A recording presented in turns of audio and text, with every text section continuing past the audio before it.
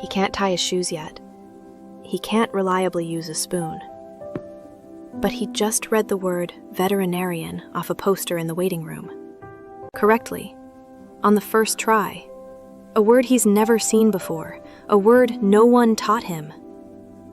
Something remarkable just happened. But you might not know what kind of remarkable it is. There's a name for what just happened. It's called hyperlexia. And the reason most parents don't catch it early isn't because they're not paying attention. It's because it doesn't look like something to catch.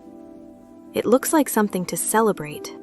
Children with hyperlexia don't learn to read the way other children do. There's no sounding out phase, no finger tracing under words.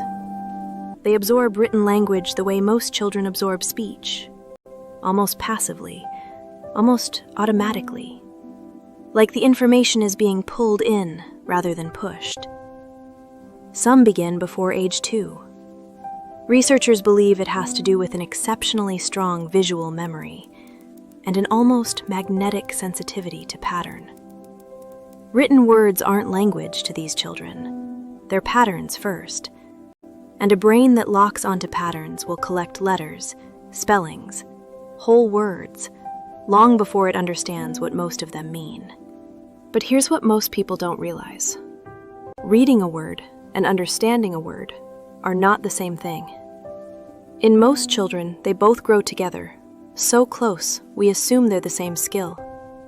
In hyperlexic children, they separate. The reading races ahead, sometimes much later. The child who reads enormous at 2 may not know what enormous means till 4.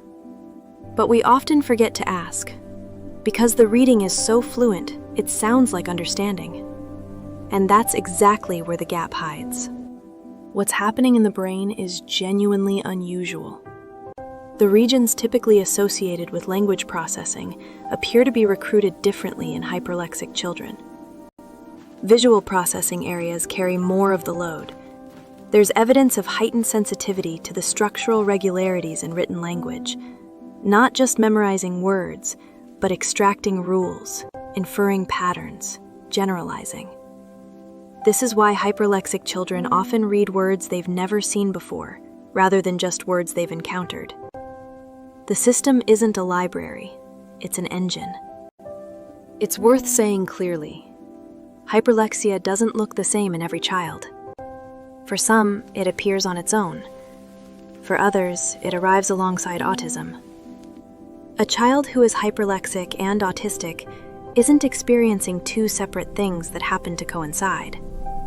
They're experiencing one neurology, which is unique for every soul, and it deserves to be understood whole. Hyperlexia doesn't announce itself as a challenge. It announces itself as a wonder. And that's part of what makes it so easy to miss. Not the reading, but what sits just behind it. The gap between what a child can decode and what they can yet understand. If you're a parent watching this and something is pulling at you, that instinct is worth following.